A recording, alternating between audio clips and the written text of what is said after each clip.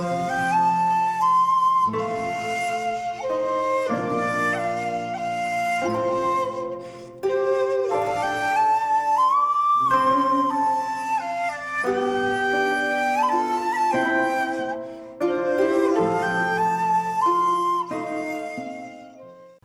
there, this is vol1 from vol1 Films, and welcome to a new series of videos that probably won't happen very often, just because it means I have to watch some box sets. But this is a box set battle. So there's lots of box sets on the go, but which ones are the best?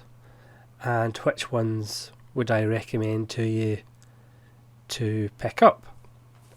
So there's going to be 3 box sets in this battle. The first one is The Blood Hunger, 3 films by Jose Larraz by Arrow. The second one is Hammer Volume 1 Fear Warning from Powerhouse Indicator. And the third one is the William Castle Volume 1 box set from Indicator. So I'm just going to give you a little overview of each box set. I'm going to give you just an overview of the extras, and then I'm going to rank them 3, 2, 1, and hopefully this will be of some interest to somebody, because obviously it's maybe a bit late for Christmas, but there's always sales and it's always a good idea to see which box sets you can pick up for cheap. So we'll start with the Blood Hunger box set from Arrow. This features 3 films from Jose Larraz, who was a kind of journeyman film director. He made a lot of films in different countries, and 2 of these are when he made films in England. And then there's one when he goes back to Spain. So in the box set you have a nice book. Most of it is very nice pictures, and there's some essays, lots of good stuff. The 3 films are Whirlpool, which is kind of about a man who is a photographer who lives with possibly his aunt, and they kind of ensnare would-be models for sex and trouble. The second film is Vampires, which strangely enough is about 2 female vampires in an English country house who ensnare victims. And the third film is The Coming of Sin, or the alternate title is The Fairly Salubrious Violation of the Bitch.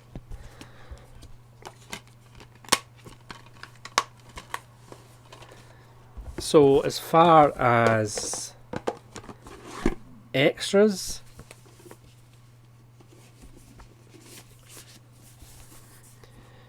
you get, for Whirlpool, an original cut. You get a commentary with Tim Lucas.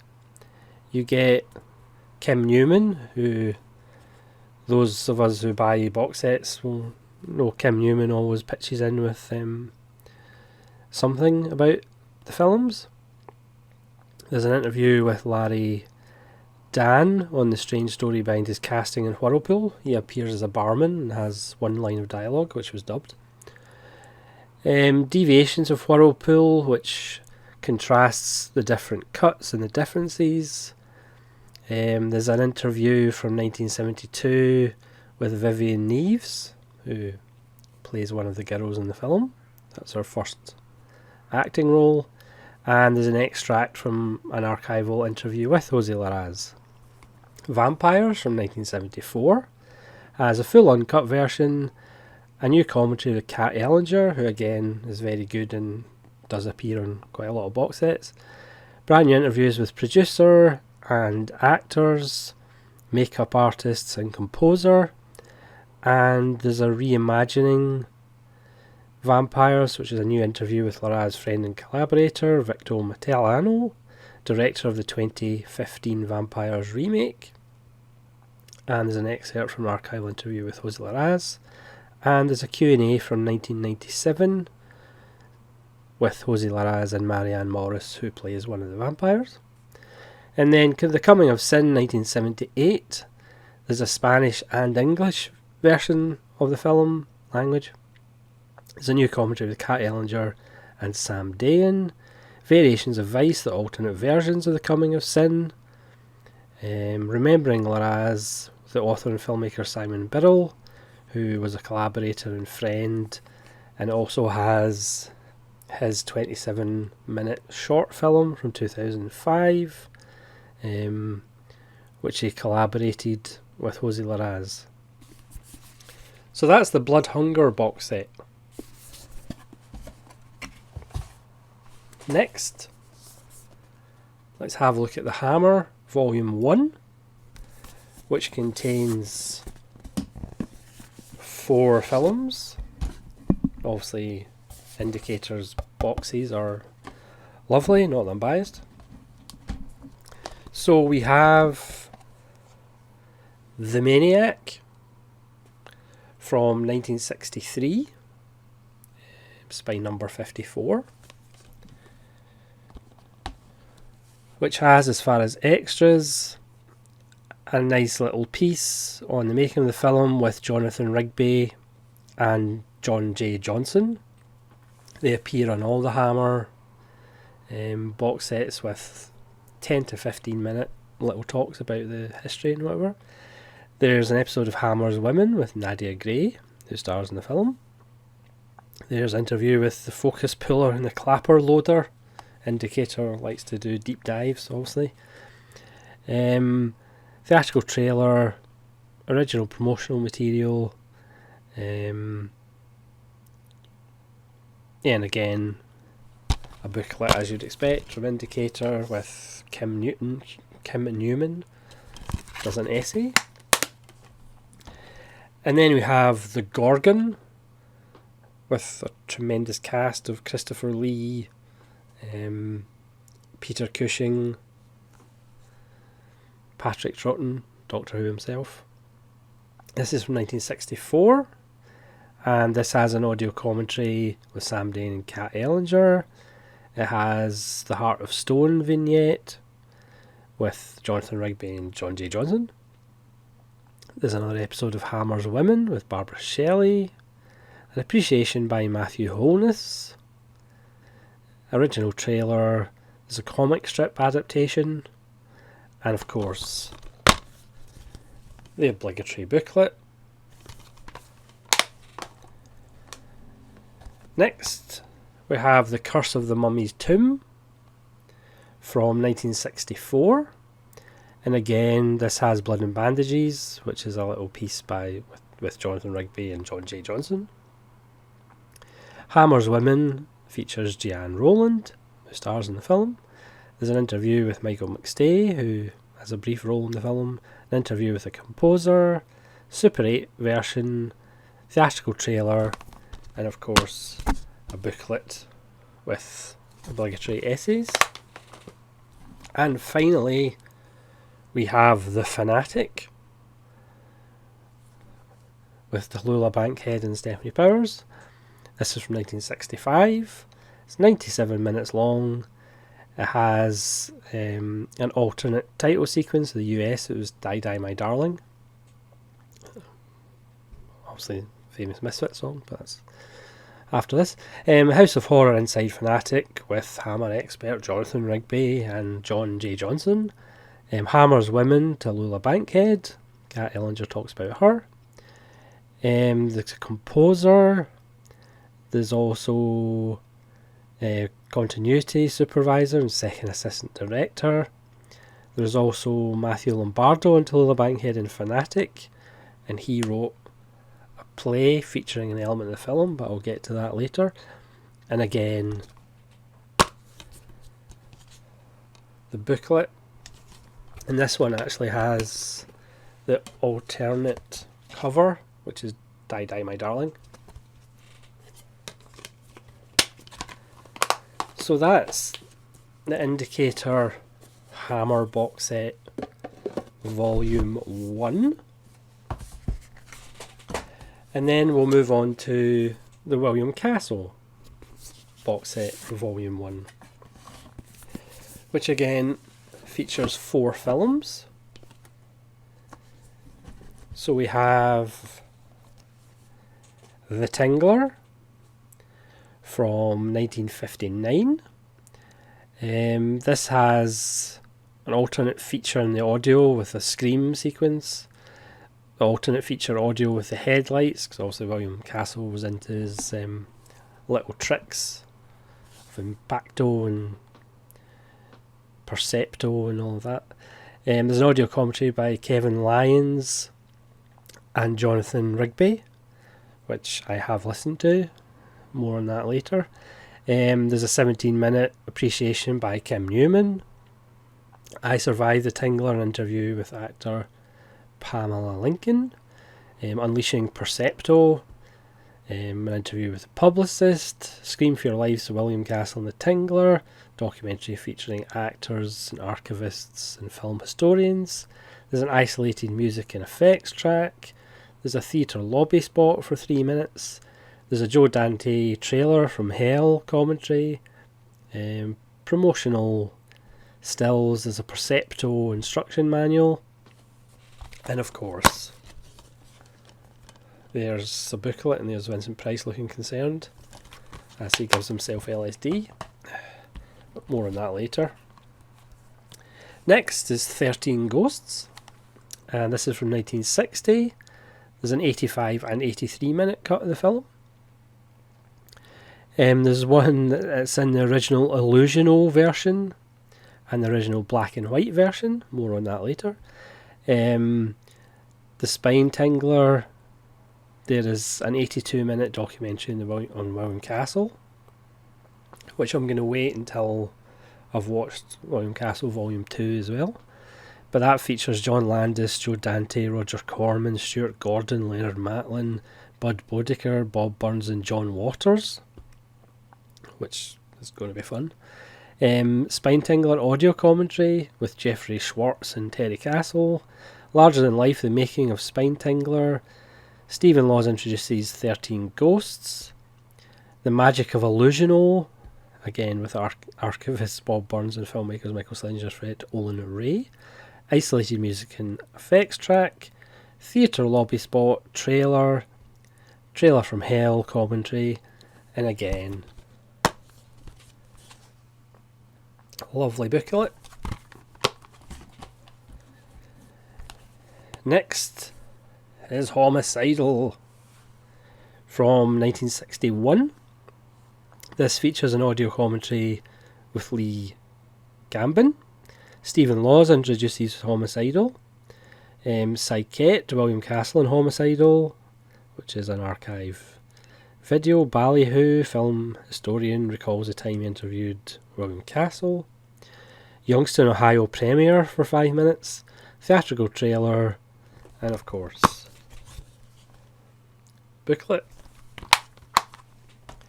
And finally, Mr. Sardonicus. This is from 1961. This has an audio commentary of Doctors of Darkness, Sam Dane and Kat Ellinger. It has a 28-minute piece called Gothic Castle with Jonathan Rigby, who of course wrote American Gothic, Southern Gothic. The Punishment Pole, an interview with publicist taking the punishment pole, again an archive interview or interviews about the film, isolated music and effects, a trailer from hell with Stuart Gordon commentary, and of course a booklet. So that is the overview of the box sets. And if you're still awake, I shall now give you my ranking of the box sets and which ones I would recommend you buying and which ones you could maybe wait until they get really cheap. So in third place is the Arrow box set Blood Hunger, 3 films by Jose Larraz. Maybe it was just me, but I didn't really take to these films. Vampires is probably the best one, and then Whirlpool. The Coming of Sin, I wouldn't be in any rush to watch again particularly. You know, they're kind of advertised as kind of erotic thrillers and things like that, but the sex scenes are quite joyless. Certainly in Whirlpool, which is a strange kind of threesome relationships, the sex is kind of joyless and it's kind of shot like a documentary, and the kind of underwear is discoloured and ill-fitting. It's a strange little film. Vampires, again, it's very kind of earthy and almost bland. You know, the films they aren't particularly stylish. They are kind of, you do get the sense he was more of a journeyman kind of director. He kind of claimed he wasn't really a horror fan, and that you kind of get the feeling with that when you're watching vampires. It's not made by somebody that has a particular bloodlust for the vampire genre. Again, obviously, these are just my opinions and how I felt. But this box set to me was actually quite disappointing. I did buy it in a 2-for-1 for Arrow, and obviously it's a very nice box set. It's got a very nice booklet. But to be honest, unless you're a fan of Jose Larraz, I wouldn't necessarily rush out and buy this. And these 3 films aren't really going to make me go out and try and find more of his films, I'm afraid.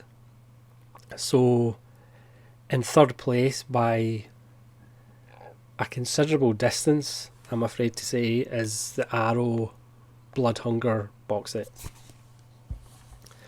So, in second place is Hammer vol1, Fear Warning.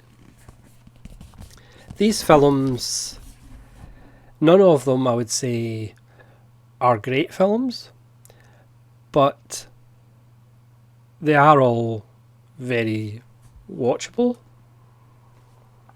Maniac is a very strange film set in France about a father who gets sent to prison after he blowtorches a guy who raped his daughter.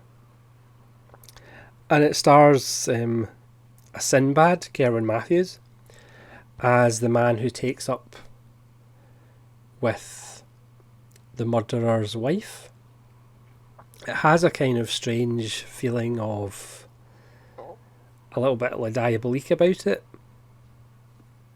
It is an interesting film. but I wouldn't rave about it particularly. But it certainly is interesting. It's shot in technoscope, so there are impressive vistas, and the finale is filmed in a quarry, which is quite interesting. Next is probably the best, well, arguably the best film in the set, and that's The Gorgon, starring Peter Cushing and a younger Christopher Lee playing an old man with a big grey moustache. Patrick Troughton turns up as an obstinate police officer, and again it's a kind of weird film. Obviously people are being turned to stone by allegedly the manifestation of a gorgon, and the authorities don't want to kind of admit it, and Peter Cushing is kind of complicit in covering it up, but he has ulterior motives. It's an interesting little film. It has some wonderful flourishes, and I certainly would recommend it. I mean, again, like I say, none of these 4 films I would say are amazing films, but they're all really watchable, and I think they all kind of stand up to repeated watching, because sometimes you're just in the mood for some Hammer films. Or maybe it's just me, I don't know. So second last is Curse from the Mummy's Tomb. Again, this is an odd one. It doesn't really have any big stars particularly, but it's just a very solid, workmanlike entry into mummy lore. There's a couple of really nasty deaths. There's some really nice turns by people. Again, it's a solid film, and certainly if you're a mummy fan, it's an essential film. But again, because it's relatively short, it's like 74 minutes, it never kind of outstays its welcome. It's always interesting enough to keep you hooked. And last, to be fair, this might actually be the best film of the set. This is Fanatic, with Tallulah Bankhead, who was more famous for theatre rather than films. She once said that her father warned her against men and liquor, but she said he never warned her against women and cocaine. She was apparently a huge cokehead and alcoholic, and was bisexual and unrepentant, which is really interesting because in this she plays a religious zealot who pretty much kidnaps Stephanie Powers after her son dies, and Stephanie Powers was his betrothed, even, if I can speak. It's been a long day. And she kind of goes hell for leather at Piper Laurie kind of levels of religious zealotry. There's a bizarre performance by Donald Sutherland in one of his early roles as somebody with mental impairments. Eutha Joyce, who's famous for her sitcom work, gives a really wonderful performance as a kind of a housekeeper who's torn between Tallulah Bankhead and doing the right thing. Peter Vaughan turns up as the husband of Eutha Joyce, is really creepy.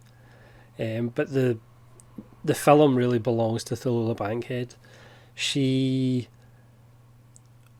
was pretty much in ill health. She died quite recently, a couple of years after the film. But the thing is, she has this humanity within her, so even though she's as mad as a bag of rabbits, it's not just a one-dimensional performance. Because obviously late Betty Davis, late Joan Crawford went for these kind of strange horror films that they just went hell for leather. But there's moments where you do feel for Tallulah Bankhead, who's lost her son, and that's obviously flipped her over the edge, but she's still like nuts. But it's a really interesting performance, and it's a really strange little film.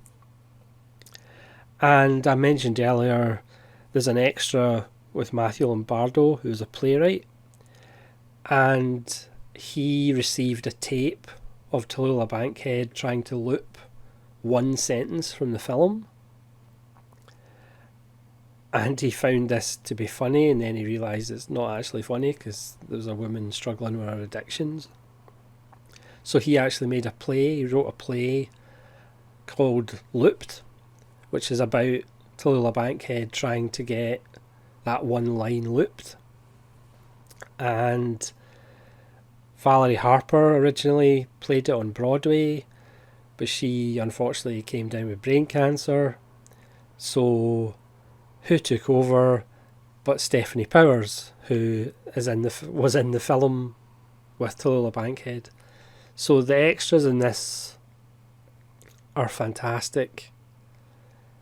It probably is the best film of the set. It's a really strange film, but Tallulah Bankhead is just... It's one of those performances that you just go... It's almost jaw-dropping. You know, she hates the colour red. Stephanie Powers wears a red jumper at one point and she recoils because that's the devil's colour. And then later on she's confronted with a red mini, and it's quite a funny moment as she reacts to this devil car.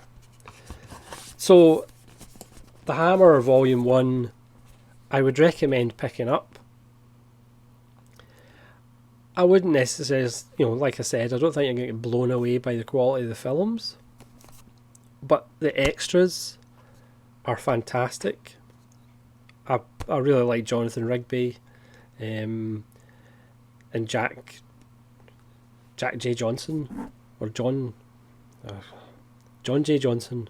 I always get them confused. He's always interesting as well. It's a really nice set. So that comes in at second place, which means the winner of the inaugural box set battle is Powerhouse Indicator's William Castle Volume 1. This has one Stone Cold classic, which is now one of my favourite films of all time. And it's The Tingler with Vincent Price. It's so amazingly fantastic. It has a jaw-dropping colour sequence. Vincent Price injects himself with LSD and goes on one of the earliest LSD trips, which is just a sight to behold. The idea of the film about we all have this creature inside us that manifests itself when we get scared. So Vincent Price wants to find it and isolate it, and the actual creature is certainly an influence on a film I like from 1987, Jack Shoulder's The Hidden, which Jack Shoulder has cited as an influence. The Tingler must have had a little bit of influence on the Facehugger from Alien. Vincent Price is just sensational in it. It's just such a great film. I can't believe I'd went so long without seeing it. It's absolutely fantastic. The set is worth buying just for the Tingler. As soon as I watched it, I put on the commentary. That's how sad I am. I put on the commentary with Kevin Lyons and Jonathan Rigby, who I mentioned earlier. It's a fantastic commentary. It's really interesting. The film is magnificent. And if it was just the one film, it's worth buying the box set for. The second one, 13 Ghosts, which was remade with Tony Shalhoub. This is more of aimed at kids or teenagers. It has a nice piece of going against typecasting of a certain character. It's worth seeing for Margaret Hamilton, who, it's 1960, the Wizard of Oz kind of love hadn't really happened by then. But Margaret Hamilton, who plays the housekeeper of this house that this family takes over that turns out to be haunted, and there's a rumour that she might be a witch. There's a beautiful moment near the end of the film which is just wonderful, Margaret Hamilton, and again, it's perhaps not the greatest film ever made, but that moment with Margaret Hamilton will put a smile on your face if you know anything about cinema or you're a fan of cinema. Next is a really, really good film, probably the second best one. It's Homicidal. Now, this is William Castle's stab at the Psycho market, even though for me it's better than Psycho. This has a really nice kind of twist that perhaps you see coming, but it's not really obvious. And again, the extras in this, the commentary is really good. The story of the making of it and its influence, and obviously influenced by Psycho. It's a really interesting little film. Again, it's only 88 minutes. Most of these Castle films aren't long. They don't outstay their welcome. But that's a really good one. Homicidal. And last is Mr. Sardonicus, even though officially he's a baron. But I'm guessing Baron Sardonicus was too much of a mouthful. This is more of a period piece. The influence is probably Dracula. It's about a doctor who is asked to come to the Baron Sardonicus' castle, where, strangely enough, the wife is an old flame, and Baron Sardonicus has an ailment similar to Conrad Veidt's character in The Man Who Laughs. So anybody sees that knows what I'm talking about. The actual title's a giveaway as well. And he wants him to cure him. And it's kind of this gothic battle of wits to try and lift this curse. It's a really atmospheric little film. It's a great little potboiler again, 90 minutes long. It has wonderful moments. It's quite creepy. When we see under Baron Sardonicus' mask, it's a lovely little film to finish off. A really good set. So in this box set battle, William Castle Volume 1, I would say if you're just a fan of cinema history of a certain period, again, these aren't high art, but they're just so much fun, and it's just an example of, even if you don't have a big budget, if you've got enthusiasm and gusto, you can make really enjoyable films. The Tingler, like I said, is a masterpiece. 13 Ghosts is a bit of fun. Homicidal, better than Psycho, and Mr. Sardonicus is a really creepy little gothic piece. So I would highly recommend you rush out and buy William Castle Volume 1. I think it's still available on Indicator, but it might not last forever. And we come to the end of this box set battle, where only one victor emerged from 3 contenders. So please let me know in the comments below if you have these box sets, if you've watched these box sets, how wrong I am in my critique of them, and hopefully we'll see you again for another box set battle, even though the size of my backlog, it might be a little while before I do episode 2. This is Sol Jerome saying please do have a pleasant evening, and hopefully we'll see you again. Farewell.